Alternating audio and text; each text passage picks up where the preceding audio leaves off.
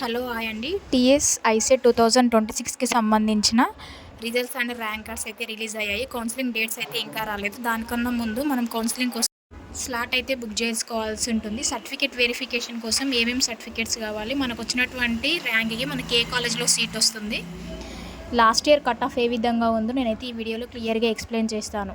వీడియోని ఎక్కడ స్కిప్ చేయకుండా చివరి వరకు అయితే చూడండి. ఇంకా మన ఛానల్ ఎవరైనా సబ్స్క్రైబ్ చేసుకోకపోతే వెంటనే సబ్స్క్రైబ్ చేసుకోండి. వీడియో కనుక నచ్చినట్లయితే తప్పకుండా లైక్ చేయండి.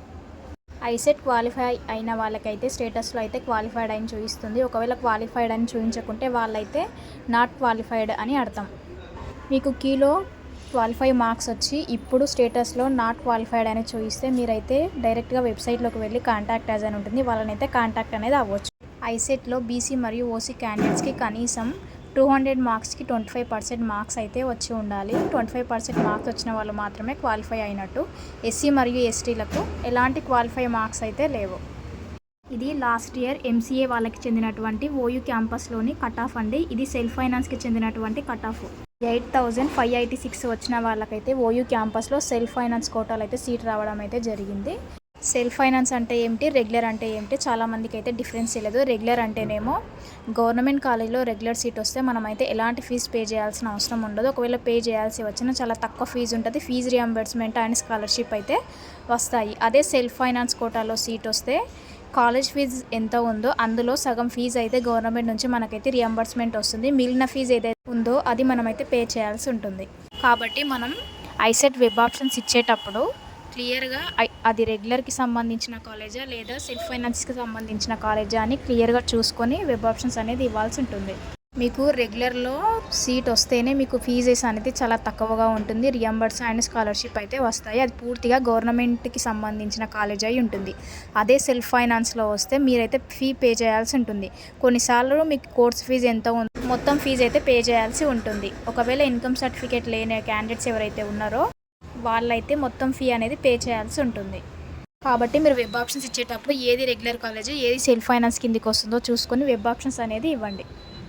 ఎంబీఏ మరియు ఎంసీఏకి సంబంధించి టాప్ కాలేజ్ లిస్ట్ అయితే కింద డిస్క్రిప్షన్లో లింక్ ఇస్తాను, అక్కడ నుంచి అయితే డౌన్లోడ్ చేసుకోండి. ఇది ప్రీవియస్ ఇయర్ ఫైనల్ ఫేజ్కి సంబంధించినటువంటి కట్ ఆఫ్.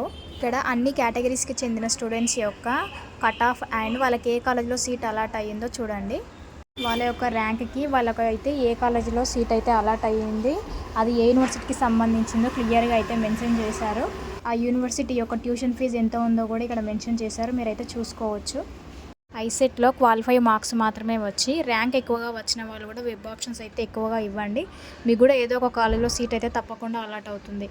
ఈ పీడిఎఫ్ లింక్ అయితే నేను కింద డిస్క్రిప్షన్లో ఇస్తాను, అక్కడ నుంచి అయితే డౌన్లోడ్ చేసుకొని మీ ర్యాంక్ మీకు ఎక్కడ సీట్ అలాట్ అవుతుందో ఒకసారి అయితే మీరు చూసుకోండి. ఖచ్చితంగా అదే కాలేజీలో సీట్ అయితే వస్తుందని అయితే చెప్పలేము, మ్యాక్సిమం అటు ఇటు అయితే ఉండొచ్చు. ఐసెట్ సర్టిఫికేట్ వెరిఫికేషన్ కోసం కావాల్సిన డాక్యుమెంట్స్ ఏంటో చూడండి ఒకసారి.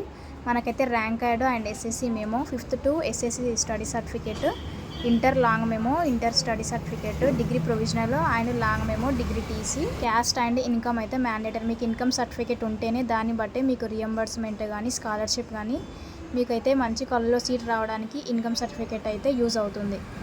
మీకు ఐసెట్లో మంచి ర్యాంక్ వచ్చి మీ దగ్గర ఒకవేళ ఇన్కమ్ సర్టిఫికేట్ లేకుంటే మీకైతే రెగ్యులర్లో అయితే సీట్ రాదు, ఓన్లీ సెల్ఫ్ ఫైనాన్స్లో మాత్రమే సీట్ వస్తుంది. కాబట్టి ఇన్కమ్ సర్టిఫికేట్ అయితే ఖచ్చితంగా ఉండాలి.